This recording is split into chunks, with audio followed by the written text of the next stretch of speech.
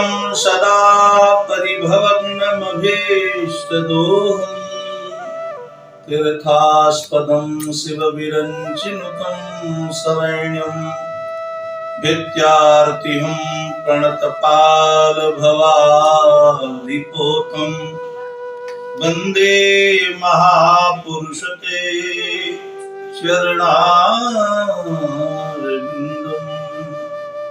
बोलो श्री सीताराम भगवान की जय। प्रिय सज्जनों, आप लोगों को अपने जीवन में अगर परिवर्तन लाना है तो हमें किसी संत और भगवंत को जीवन को देखना है, किसी भक्त के जीवन को देखना है। नामदेव के जो पिताजी थे वो कपड़े का व्यापार करते थे। एक दिन उनकी तबीयत थोड़ी खराब हुई और वो जो है कपड़े का गट्ठा नहीं ले जा पाए। तो नामदेव की माँ ने कहा कि नामदेव, इस कपड़े को तुम ही ले जाओ और उसको बेच दो। नामदेव की रुचि भगवान में थी,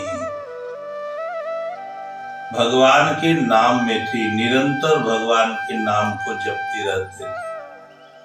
किसी भी प्रपंच में उनका मन नहीं रमता था, न लगता था।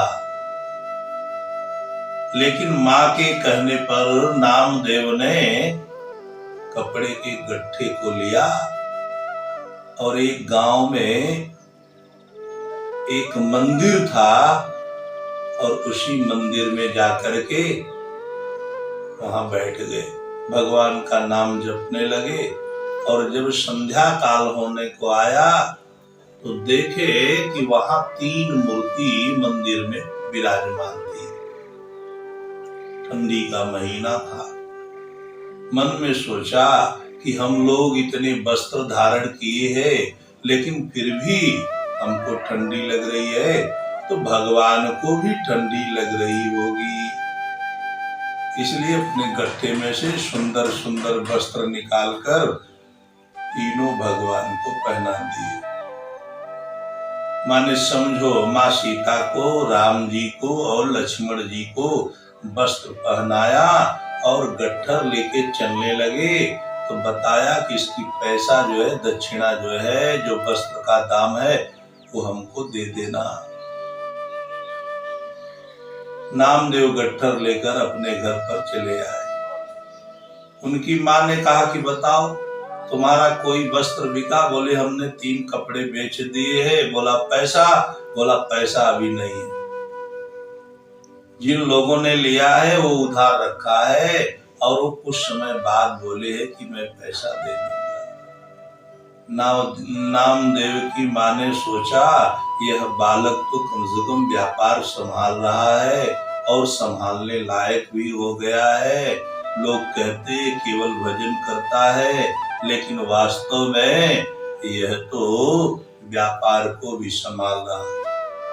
कुछ दिन जब बीता, उसकी माँ ने कहा कि जिसको तुमने वस्त्र दिए थे उससे जाओ पैसे लेके आओ। तो नामदेव जब आया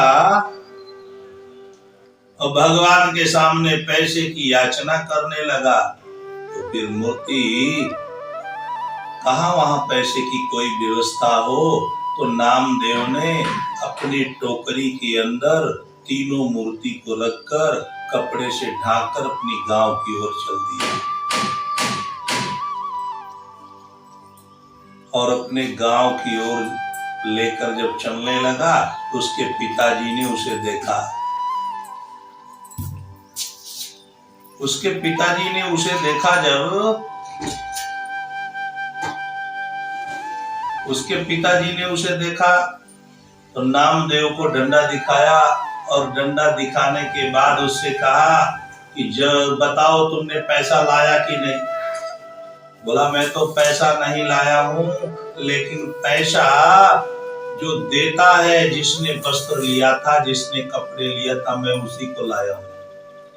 रामदेव के पिताजी जो है बड़े चकित हो गए, आश्चर्यचकित हो गए। बोले वो कहाँ है? बोले मेरे टोकरी में बैठा है। नामदेव ने अपने सर से टोकरी नीचे उतार दी। नामदेव के पिताजी ने जब वस्त्र हटाया तो तीनों मूर्ति सोने की हो गई। नामदेव के पिताजी बड़े प्रसन्न हुए और मूर्ति रख ली।